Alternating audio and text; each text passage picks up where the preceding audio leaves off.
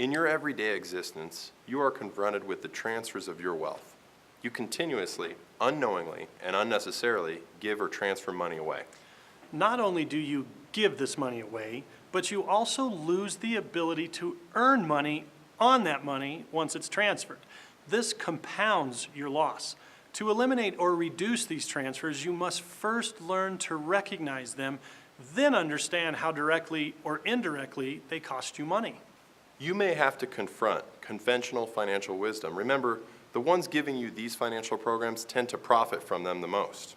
Always ask, who would profit from these transfers? Now, what are some examples? Well, the primary transfers are these: taxes, how you pay your mortgage, how you fund your qualified retirement plans, tax refunds, financial planning, life insurance, how you make major purchases like cars, your debt like your credit cards and other non-deductible debt, and of course, other investments. These transfers can create financial losses for you.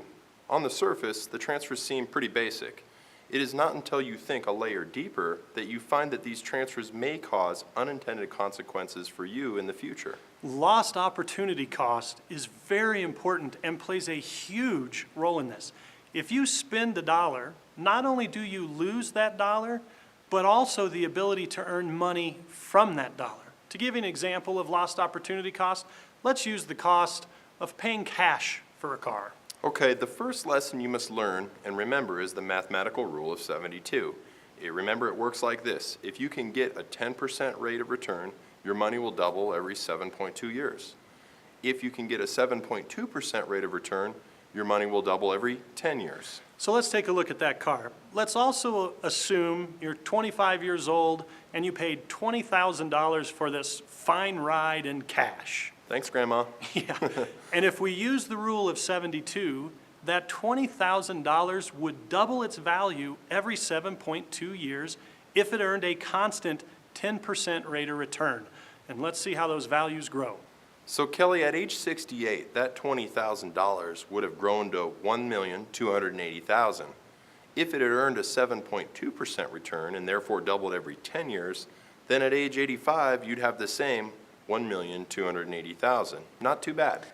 Let's take a look at the lost opportunity cost. If the 20 grand would have grown to just over 1.2 million, the lost opportunity cost would be the difference between the 20,000 you spent and the 1,280,000 it could have become if you hadn't spent it. That's right. The future value of that 20,000 would have created substantial wealth if it had not been spent.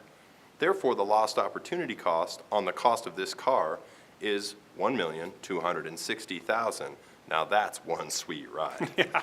So what? Are we saying never buy a car? Of course not.